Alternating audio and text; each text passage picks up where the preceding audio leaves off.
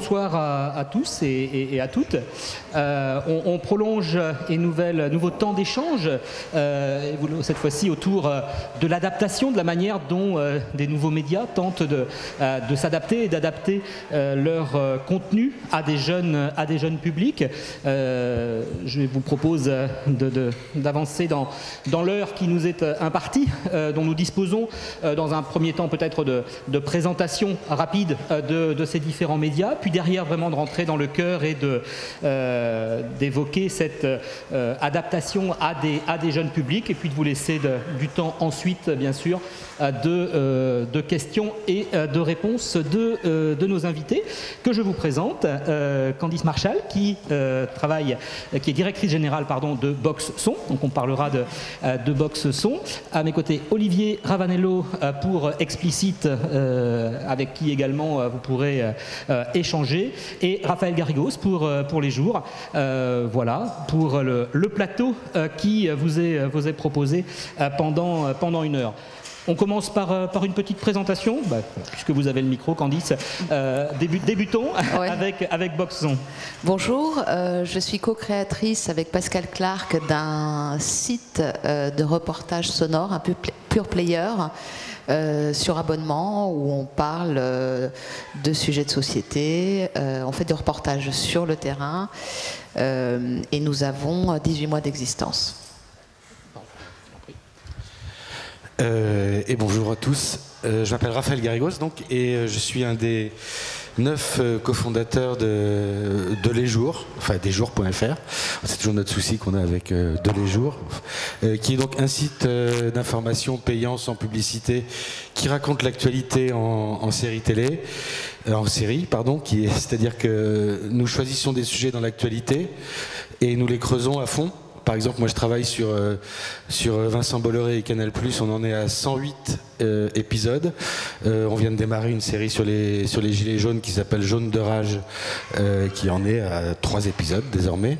Et on a comme ça environ une centaine de séries qui sont dans l'actualité et toujours dans l'actualité, et mise en scène comme une série télé, avec où chaque article est un épisode, où il y a des personnages qui vont être soit un gilet jaune du rond-point de Vorep où on s'est installé, soit Vincent Bolloré, avec cette idée à chaque fois de faire du journalisme en profondeur.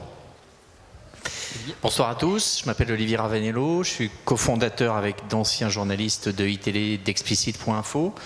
On a été acteur d'une des séries des jours avant de se dire qu'on allait nous aussi créer un pure player. Explicit.info est un média d'information générale qui a comme ambition de vous proposer l'information du jour, c'est-à-dire d'être un média autosuffisant, entre guillemets, avec l'actualité du jour et des sujets plus en profondeur.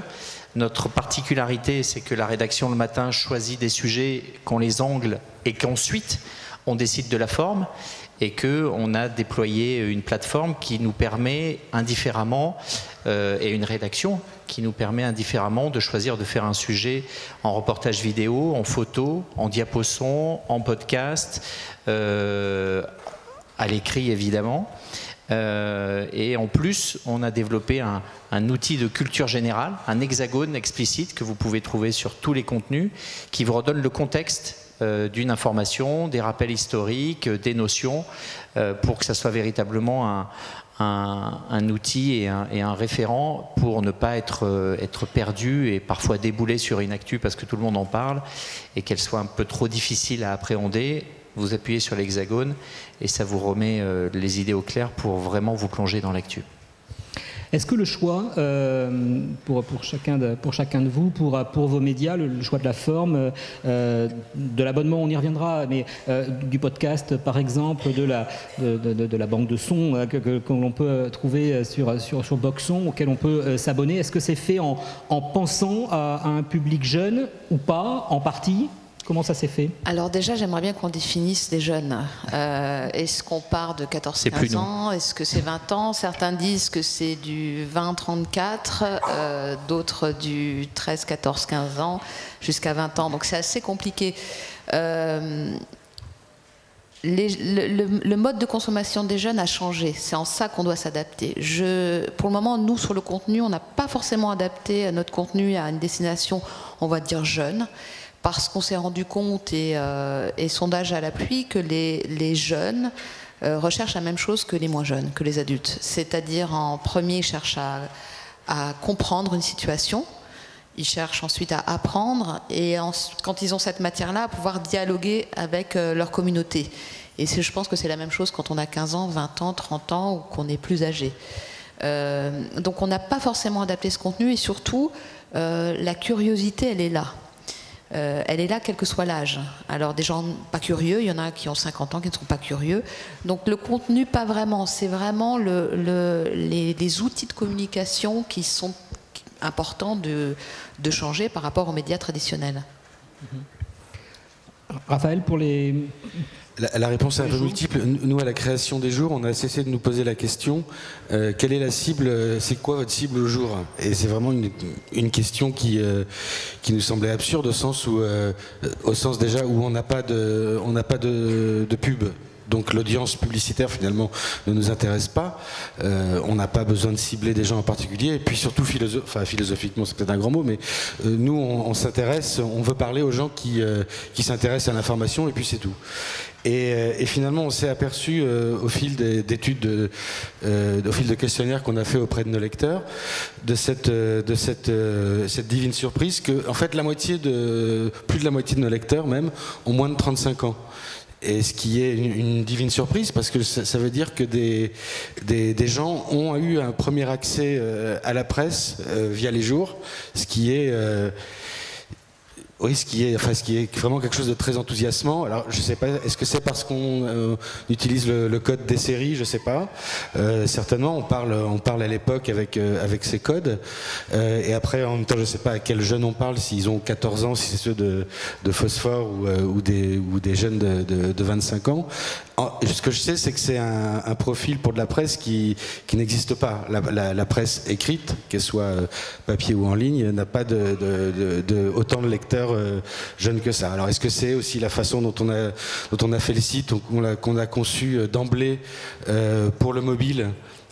D'ordinaire, les médias ont tendance à faire un site pour l'ordinateur et ensuite à réduire comme ça petit à petit pour arriver au mobile. Nous, on a fait ça à l'envers en partant du mobile et ne jamais déprécier, mais qu'à chaque fois que l'expérience, comme on dit, soit aussi bonne. Et de fait, on a, je crois que 60% de nos lecteurs globalement, nous lisent sur mobile. Le choix du principe de série, d'obsession, c'est peut-être d'avoir moins d'exhaustivité, mais de rentrer plus en profondeur dans un sujet. C'est quelque chose qui a eu les effets escomptés. Vous vous attendiez aux réactions que vous avez pu avoir, aux retours que vous avez pu avoir ? Alors pas en termes de jeunes ou de pas jeunes, mais en termes de journalisme, oui. On s'était dit que en s'installant dans un sujet et en le creusant, c'est comme ça qu'allaient naître des scoops, parce qu'il on n'a pas nous les journalistes, on n'a pas un petit vivier à scoop dans lequel on plonge ou un dossier judiciaire dans lequel on sort des informations exclusives comme ça. Et c'est vraiment et Olivier a pu en être témoin quand on a suivi la crise d'ITélé. C'est le fait de s'installer en profondeur, d'être là tout le temps, que nos interlocuteurs savent qu'ils peuvent nous faire confiance. C'est comme ça que vont naître les informations, et c'est quelque chose qui s'est vérifié dans chacune des séries qu'on peut faire. On démarre rarement une série par un scoop, il va naître ensuite. Et il y a aussi peut-être cette... On n'a pas de rubrique, par exemple, au jour. Les rubriques politiques, société, économique qu'on trouve dans la presse écrite et papier nous semblaient ridicules sur Internet, parce que c'est quelque chose qui, dans un journal papier, conditionne une pagination. On a 3 pages économie et un journal est fait en fonction de ça. Et aujourd'hui, même encore, les sites web, les sites d'information sont encore, on a encore les onglets politique, société, économie. Alors c'est vrai qu'on a pu désarçonner des lecteurs, puisque on n'entre pas par des thématiques, mais par des sujets et par des gens aussi. Souvent, c'est quelque chose qu'on essaie de faire, un journalisme intime et profond. Et peut-être que cette façon de faire plaît à d'autres gens, et peut-être des jeunes. Olivier, sur cette manière, Olivier Ravanello, sur cette manière de faire et de rentrer dans l'actu sur explicit.info? Nous, ce qu'on a décidé de faire, c'est de faire le choix d'être un média 100% numérique, c'est-à-dire de se dire qu'on allait nous aussi embrasser un public large, mais qu'on voulait tout de suite se donner les moyens de pouvoir embarquer avec nous un public plus jeune, qu'il n'y a pas 50 façons de faire du journalisme, et là je vous rejoins. Donc on a décidé, et ça a été un pari financier ambitieux, de se développer d'emblée sur tous les supports, c'est-à-dire qu'Explicit, vous le trouvez sur le web, sur l'appli, bientôt sur une télé connectée, sur une tablette en version responsive, donc vous pouvez l'avoir dans la poche toute la journée, parce que c'est comme ça qu'on consomme et que l'info se consomme de plus en plus en mobilité. Donc on a voulu réfléchir à l'usage. On a mis en avant beaucoup la photo pour rentrer dans l'image. Essayer de faire en sorte de redonner le goût à l'information. C'est-à-dire que ça aussi, je pense que c'est un enjeu si on veut que des adolescents de 15-16 ans viennent vers l'info, c'est qu'elle soit sympa, c'est qu'elle soit cool, c'est qu'elle soit jolie, et que tout ça, ça fasse partie de l'univers dans lequel ils sont. Donc il y a tous les formats possibles, parce que on en fait tous l'expérience. Au fil d'une journée, on va s'informer en lisant à un moment donné, puis un autre moment en regardant une vidéo, puis un autre moment parce qu'on a plus de temps, on est dans une voiture, on fait son jogging, on va prendre un podcast, parfois sur des formats longs, parfois sur des formats courts. Donc on s'est donné toutes les options possibles pour que, en piochant comme ça, un peu sous toutes les formes, on trouve sur Explicit une approche de l'actu qui soit intéressante, qui soit sympa, qui soit agréable. Mais au fond, de proposer toujours du reportage, parce que c'est la clé. On parlait des fake news auparavant. Quand vous allez déjà sur le terrain, c'est une bonne manière d'éviter les fake news et de construire une info en prenant une, puis une autre, puis une autre. Ah, au milieu, il y en avait une qui était vérolée. Ouais, c'est emmerdant. Si vous êtes allé sur le terrain directement, déjà, c'est une bonne garantie de ne pas ramener des fake news.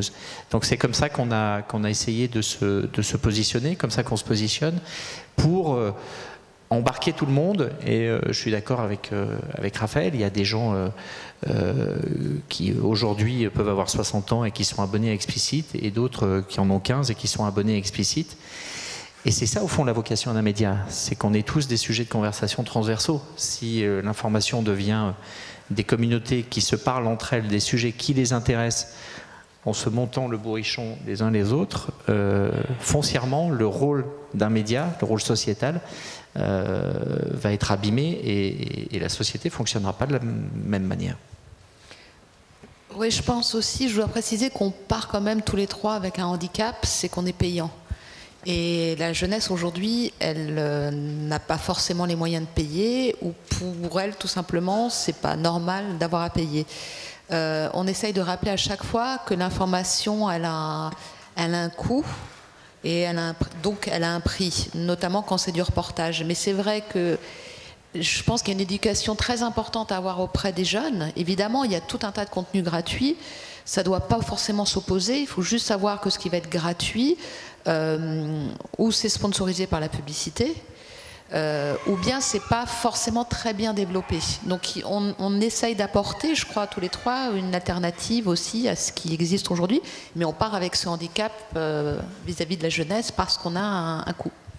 Ce choix de l'abonnement pour tous les trois, il a été évident, naturel, discuté, comment il s'est imposé, ou c'est pas une évidence? Ben justement, il s'est imposé parce qu'on a des frais, parce qu'on fait des feuilles de salaire à des journalistes, parce qu'on les envoie sur le terrain, parce qu'aussi on fait chacun des médias qui vont passer, on passe du temps à chaque fois sur des enquêtes, sur des reportages, sur des entretiens, et forcément c'est un coût, donc un prix. Et l'abonnement, j'aurais dû reformuler la question avec l'abonnement, parce que on peut aussi imaginer d'autres paiements plus au reportage, c'est des choses qui existent aussi. Là, sur cette notion d'abonnement, j'observe aussi que vous êtes à peu près au même tarif mensuel. Ouais. Je pense qu'on s'est tous copiés les uns les autres de toute façon.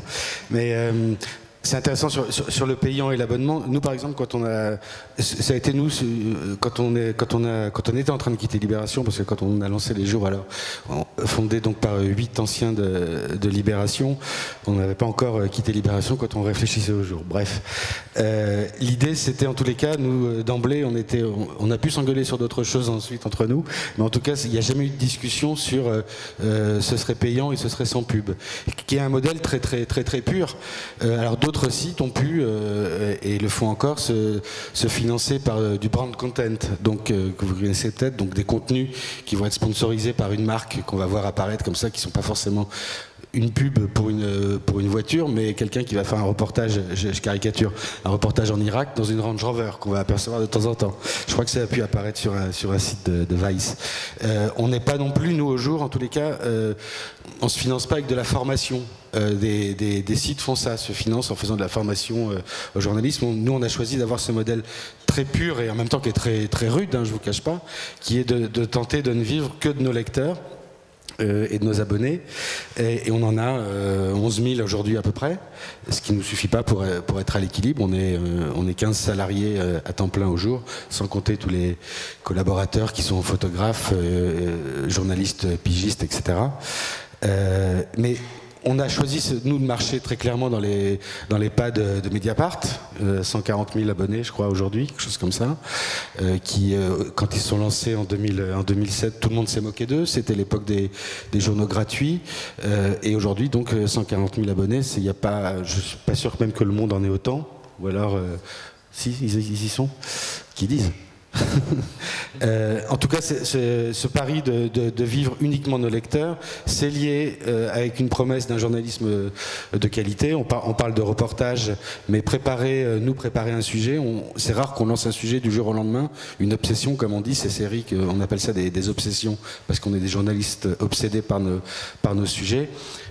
C'est des sujets qui, à chaque fois, vont nécessiter un bon mois d'enquête, d'installation pour trouver nos personnages et nos bons personnages. Je dis des personnages entre guillemets, c'est le terme qu'on emploie, mais ce sont des vraies personnes intervenant dans le sujet. Et sur le fait de payer, on s'est dit nous aussi qu'il y avait un mouvement qui était en train de se faire. On commence à payer pour de la musique. On voit le succès de Spotify. On commence à payer pour des séries. Je pense à Netflix. Des gens ont même dit qu'on était le Netflix du journalisme. C'est pas nous qui l'avons dit, mais on prend.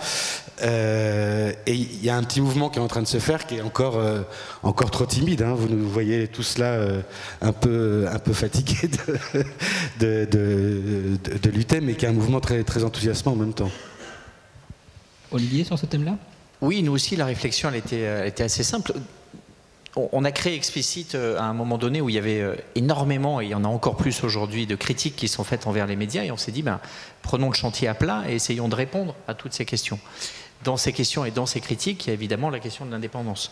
Donc si vous voulez répondre à l'indépendance, le meilleur des moyens, c'est d'avoir la garantie que la rédaction d'Explicit, des jours, de Boxon, travaille pour vous et que pour vous. Donc en effet, on ne fait pas de contenu de marque, on ne fait pas de brand content. La pub, moi j'ai rien par principe sur la pub, c'est-à-dire que j'aime la pub, je trouve que très souvent c'est un univers qui est très créatif, que j'aime regarder des pubs, que quand je regarde un news magazine et que je vois une belle page de pub et que l'article continue ensuite, ça ne m'a jamais dérangé, mais au moins les choses sont claires. On sait ce qu'on voit à un moment donné. Le problème sur le numérique, c'est qu'on a un peu tendance à mélanger toutes les choses, et puis surtout, c'est que ça ne rapporte pas suffisamment pour faire vivre une rédaction.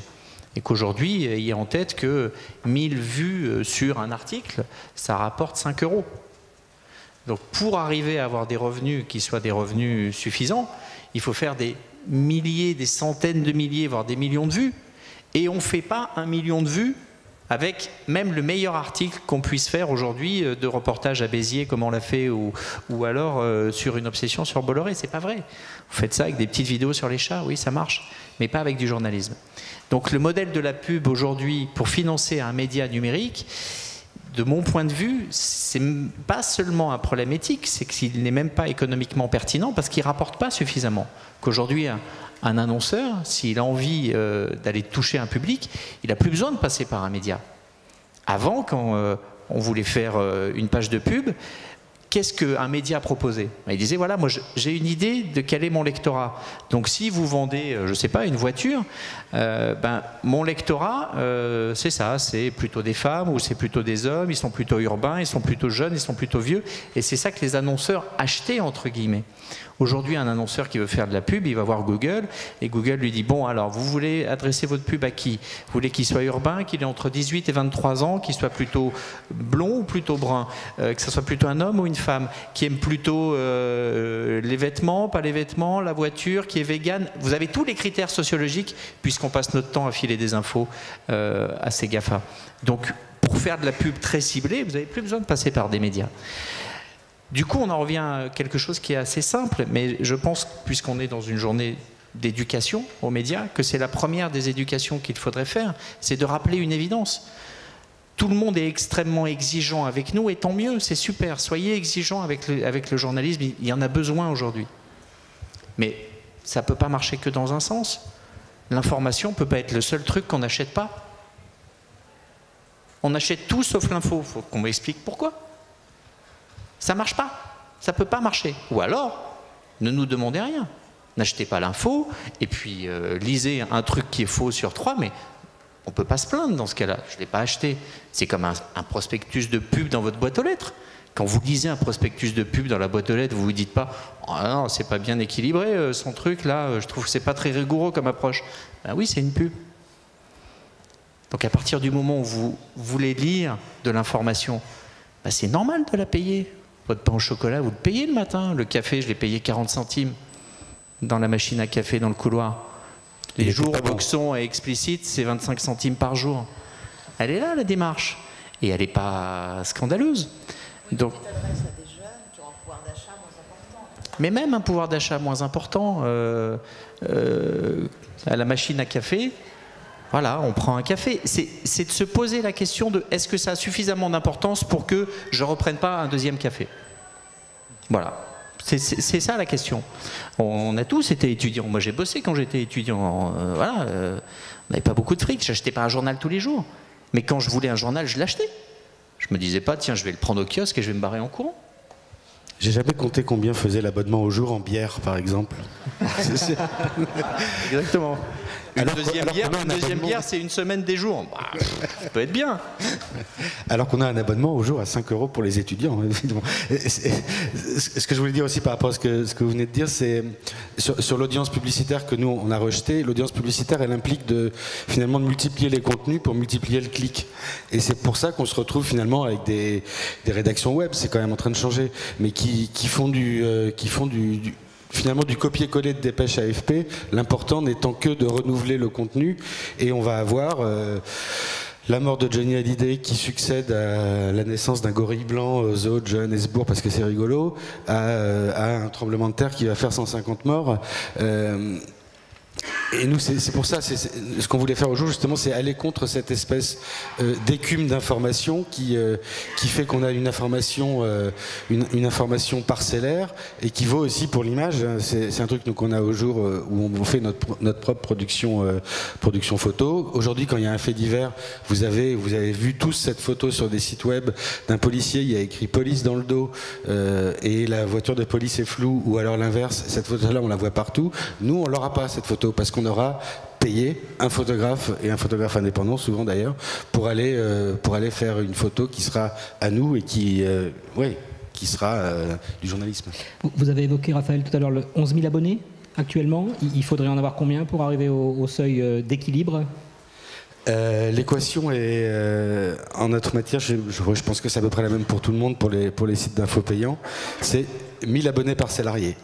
Dit comme ça, c'est assez raide. Hein.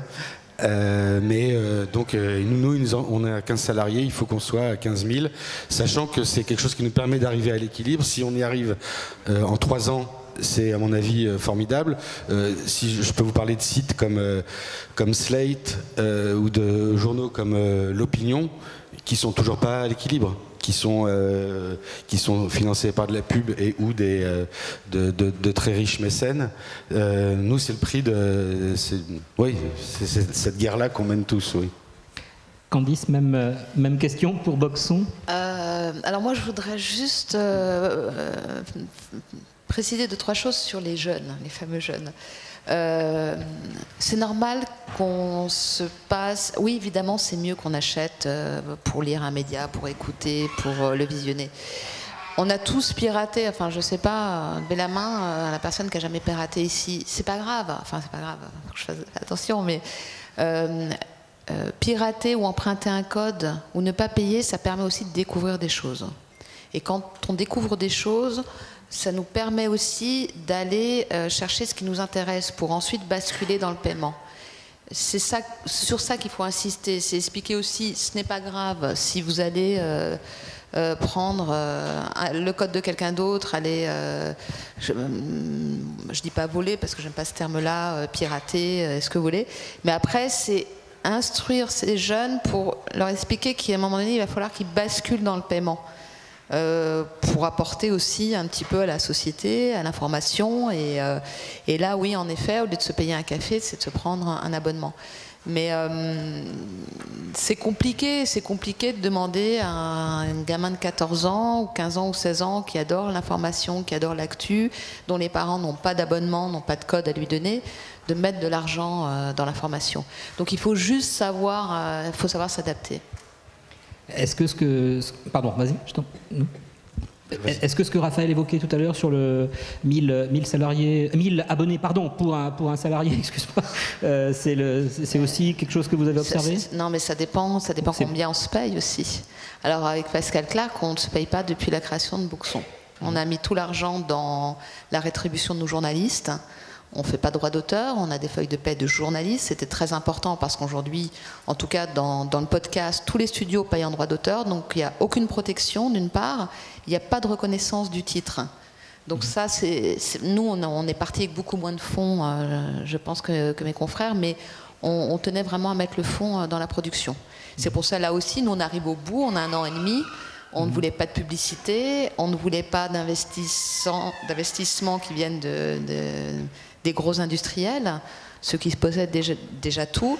Donc on est obligé, on réfléchit une V2, on va se poser 2 à 3 mois pour revoir tout ça, faire la part du payant et du gratuit, peut-être mettre un petit peu plus de gratuit que de payant. Mais après, voilà, ça dépend combien de personnes on veut au sein de son équipe. Aujourd'hui, à peu près 6000, c'est ça ? Ah non, on est loin de ça, on a à peu près 1000 abonnés. Ah pardon. Nous, notre équilibre était à 6000. D'accord, équilibre à 6000. Voilà. D'accord. Et c'est pour ça aussi qu'il faut qu'on revoie le modèle économique, mais on arrive, on est les premiers à proposer du son payant. Pour la plupart, pour 90% des gens, la redevance va à la télé. Et ce qui existe en termes de podcast aujourd'hui, c'est gratuit, mais c'est de la table ou du récit intime, donc il n'y a aucun coût dessus. Donc il faut aussi changer le logiciel dans la tête des gens qu'on peut payer pour du son. Olivier Ravanello, sur aujourd'hui, l'état des lieux pour... Tout pareil que les jours, et nous on est 19, donc voilà. On se paye très très mal, nous. Hein. Et on est un petit peu plus nombreux. Ça veut dire que notre équilibre il est à 19 000 abonnés, qu'on a eu durant toute la période de démarrage explicite à 6 mois. On a eu durant toute la période de démarrage quasiment tous les contenus étaient ouverts, étaient gratuits, donc on a eu très peu d'abonnés. Le mur, le paywall comme on dit, est un peu plus fermé depuis septembre et aujourd'hui on a 1500 abonnés. D'accord. Vous êtes des médias jeunes, vous l'avez dit. Candice, vous venez de l'aborder un petit peu. Quel est l'état des lieux maintenant et l'état de réflexion après un temps relativement court ? Est-ce que c'est déjà avec des V2, avec des idées d'évolution, de versions supplémentaires, de modifications ? Est-ce qu'il y a des choses qui naissent, qui sont dans la discussion aujourd'hui ? Ça, pour moi, c'est la grande différence avec Libération, où j'ai passé 15 ans avant qu'on se lance tous dans cette belle histoire des jours. C'est que l'évolution, elle est permanente. À Libération, j'ai connu des ateliers qui duraient des mois. Des ateliers, il y avait toujours le même atelier sur les valeurs de Libération. Et je sais qu'ils continuent à en faire. Et à la fin, on aboutit à une formule papier dont personne n'est content et qu'on essaie de modeler pendant des mois et des mois. L'avantage sur Internet, c'est qu'on bouge immédiatement. Nous, on a un développeur qui est intégré dans l'équipe et parce que c'est crucial et on est installé physiquement dans un open space où tout le monde, personne n'a de bureau fermé et Adrien, notre développeur, nous entend entre journalistes parler d'un truc, il dit ah ouais bah ça je peux vous le faire et en plus il le fait très très vite et l'adaptation elle est permanente. Par exemple, on s'est lancé au départ en étant responsive comme disait Olivier, donc c'est-à-dire que notre site on le voyait aussi bien sur mobile que sur tablette que sur desktop que sur ordinateur. En se disant que l'appli on verrait plus tard parce que c'était trop cher à faire et finalement on a eu une demande de nos lecteurs qui nous disaient ouais mais c'est chiant, j'arrive pas à vous lire dans les transports en commun, donc on a lancé une appli. On vous parle souvent d'argent, je suis désolé, mais lancer une appli c'est un enfer sur terre. On a Android, on a iOS, Apple, donc chaque appli qu'on lance doit être compatible avec chaque téléphone suivant sa mise à jour, donc c'est vraiment un enfer sur terre. Je vois celle d'Explicit est vraiment parfaite. Elle a dû vous coûter un pognon de dingue, comme diraient certains présidents. Nous, on l'a au départ. J'espère que ça finira pas comme lui, mais oui. On l'a au départ nous conçu comme une liseuse à destination de nos abonnés, mais on est contraint et c'est normal hein, de nous adapter en permanence. Et c'est ça qui est super en même temps, cette évolution permanente au fil des demandes de nos lecteurs qui nous demandent un bouton ici pour ils voudraient qu'on ait un mode nuit par exemple en ce moment sur les jours, ce qui serait assez rigolo d'avoir un mode nuit sur les jours. Alors on n'a pas encore réussi à le mettre en place, qui permet que ce soit moins lumineux en fait quand on lit dans son lit. Mais c'est vrai qu'on a c'est ça qui est vachement bien, cette évolution permanente en tous les cas. Ah oui, lorsqu'on bascule du simple travail de journaliste dans un média où somme toute les choses sont cadrées, les choses sont posées. Moi j'ai fait de la télé pendant très longtemps, voilà, on faisait de la télé d'une certaine manière et on s'interrogeait au fond assez peu sur la façon dont les gens nous recevaient. Lorsque vous êtes sur un nouveau média, c'est absolument crucial de se demander comment, dans quelles conditions vous allez lire, consommer ce qu'on vous propose. Non pas pour l'adapter et se dire on va faire plus long, plus court, parce que on se rend tous compte par exemple que les a priori ne fonctionnent pas. Quand on a lancé Explicit, tout le monde de manière très péremptoire me disait ce qu'il faut faire c'est des vidéos de 1 minute 30 verticales. Bon, nous on a commencé à faire des tests sur les réseaux sociaux et le contenu qui a le mieux marché et qui a fait plus d'1 million de vues, c'était un reportage sans commentaire de 20 minutes tourné en Guadeloupe. Donc, bon, ça nous a permis un peu de se calmer et de se dire l'écriture, le sens, ça reste le plus important. Et que quand vous êtes un média par abonnement, c'est-à-dire que vous demandez aux gens d'acheter quelque chose, bah, entre guillemets, de manière un peu vulgaire, il faut qu'ils en aient pour leur argent. Donc c'est pas vrai que faire un copier-coller d'une dépêche, vous allez l'acheter, parce que vous pouvez le trouver partout. Donc au contraire, il faut aller vers des contenus qui soient plus élaborés, qui soient plus qualitatifs, et ça passe par le ressenti. Et en effet, on en a passé beaucoup de temps à avoir une appli qui objectivement est super belle, parce que quand vous l'avez dans la main, bah, c'est cool, c'est agréable. Et le plaisir de s'informer, il est crucial.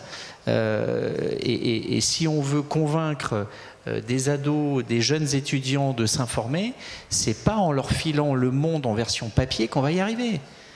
Parce que c'est déjà du registre de l'archéologie pour eux. Et que c'est chiant. Donc s'il y a un défi à relever qui est de celui comment est-ce qu'on intéresse des ados et une jeune population à de l'information faite par des journalistes et non pas simplement je prends 3 images, j'écris dessus un peu en gros et puis ça fait de l'information. Non, c'est pas ça de l'information. Comment est-ce qu'on leur redonne le goût? Ben, le goût, il passe par ça et il passe par une expérience qui soit celle de leur monde, de leur univers. Et donc, vous ne pouvez pas passer par un abonnement dans les CDI à des journaux papier. Enfin, c'est terminé. Je trouve ça super, l'engagement qui est fait dans tous les lycées aujourd'hui sur l'éducation aux médias. Le temps dingue qu'on passe à expliquer comment on démonte une fausse info. Mais c'est comme dans l'alimentation. Vous pouvez passer des cours entiers à prendre un burger, à le démonter et à dire regardez la quantité de graisse qu'il y a là-dedans, regardez la quantité de sucre qu'il y a là-dedans, c'est dégueulasse, c'est dégueulasse. Ou alors vous pouvez passer aux cantines bio. Alors moi je pense qu'il vaut mieux passer aux cantines bio et qu'il vaut mieux donner aujourd'hui dans les lycées des médias qui sont des médias plus modernes, qui sont des médias plus sympas, plus accessibles et qui proposent tous les jours en permanence de l'information de bonne qualité. Et que c'est comme ça, en faisant en sorte que ça devienne une habitude pour les lycéens de s'informer à une source de bonne qualité, labellisée et qui soit cool, qu'on va leur donner envie de s'informer. Plutôt que de leur dire en permanence « Oh là là, au moment où vous allez vous informer, putain, vous prenez des risques, mais pas possible. » Et alors donc on va vous expliquer comment on prend le minimum de risques. C'est super anxiogène comme rapport à l'info, quoi. Donc revenons à des choses simples. Il y a des gens qui font bien leur métier. Voilà, la liste c'est ça. Si vous allez là-dessus, ben, vous lirez des choses qui seront variées. Et ça pourra être les jours, boxon, explicite, phosphore, peu importe. Il y a des gens qui savent faire. Ben, donnez-leur et mettez-les dans les mains des lycéens et des étudiants pour leur donner le goût de l'info, avant de leur foutre la trouille en permanence sur les fake news. Il y a quelqu'un éventuellement de l'Éducation nationale ici? Parce que c'est le moment de remonter aux ministres qui peuvent prendre des abonnements à nos médias pour l'école. On s'était promis de garder un peu de temps pour des questions dans l'amphi. Je vous propose d'y passer maintenant et de vous transmettre le micro à celle ou celui qui voudrait débuter et poser la première question à nos invités.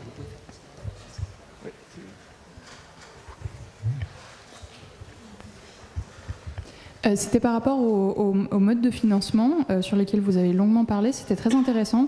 Je vais vous exposer un peu mon problème, moi, avec les pure players payants, c'est que je veux bien dépenser, je sais pas moi, 15 € par mois dans différentes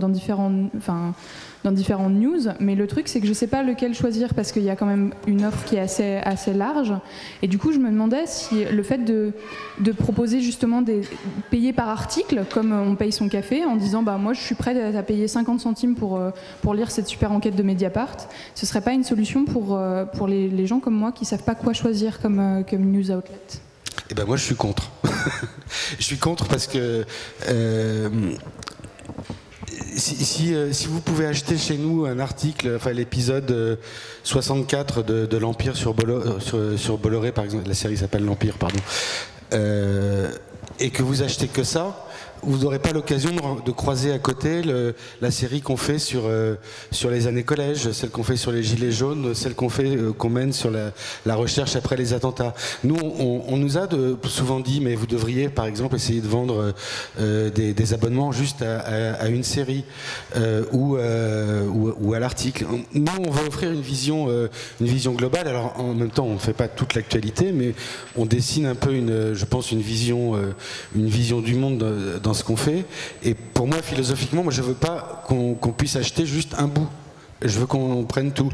Après, c'est compliqué, on en parlait tout à l'heure sur le temps que mettent des gens à s'abonner, où on se dit, c'est à nous de déclencher cette urgence-là où les gens vont se dire, j'en ai trop marre, ça fait 15 fois que je vois un papier des jours qui a l'air tellement bien, maintenant je m'abonne. Mais après, c'est des choses qui sont très faciles, hein. Vous avez certainement la même chose chez Explicite. Nous, c'est 1 € le premier mois, 5 € pour les étudiants, 9 € pour les autres. Nous, on se désabonne d'un clic. Donc c'est des choses qui vont très vite, hein. Et après, à vous de faire votre choix. On ne peut pas vous dire que Mediapart c'est mieux. Il y a beaucoup de choses sur Mediapart, par exemple, c'est moins joli que chez nous. Alors moi je suis pas d'accord avec Raphaël. Je trouve que oui, c'est bien de pouvoir acheter à l'unité aussi. Nous on l'a pas fait pour une raison très simple. Pouvoir acheter à l'unité, c'est un coût de développement. Acheter à l'unité, une fois qu'on enlève la commission du prestataire de paiement plus éventuellement d'Apple qui prend 30%, il vous reste 0, on peut le dire, et puis vous avez un coût humain derrière et vous avez un coût de développement. Donc nous on l'a pas fait particulièrement pour cette raison, mais peut-être parce que notre format est différent, contrairement en effet au jour où ce sont vraiment des séries. Et pour le coup, pour les lire, c'est vrai qu'il serait dommage de prendre que le numéro 3 et pas l'intégralité de la série. Mais je suis assez d'accord, on devrait pouvoir acheter comme ça l'unité.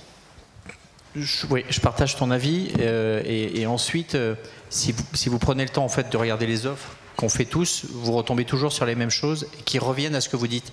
C'est-à-dire que vous avez toujours le premier mois à 1 €.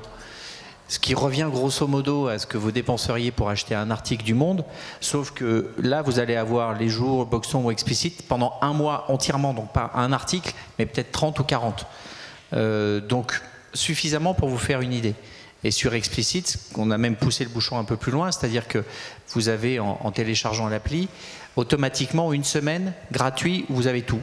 Et puis c'est ensuite qu'on vous demande si vous voulez vous abonner, et là le premier mois est gratuit. Donc voilà, c'est philosophiquement, moi j'ai pas de réserve parce que je pense que tous les moyens sont bons pour arriver sur un média d'info, surtout aujourd'hui. Après, économiquement pour nous c'est pas pertinent, et je pense que pour ce que j'en sais même du Monde, c'est une source de revenus presque marginale. En revanche, je vous fais un petit cadeau de Noël, c'est à partir de la semaine prochaine, quand on passe en V2, on arrête de produire pendant 3 mois pour voir notre modèle, on va passer le site Boxon en accès totalement gratuit. Donc vous pourrez aller écouter ce qu'on fait, ça vous convaincra peut-être de vous abonner pour la V2.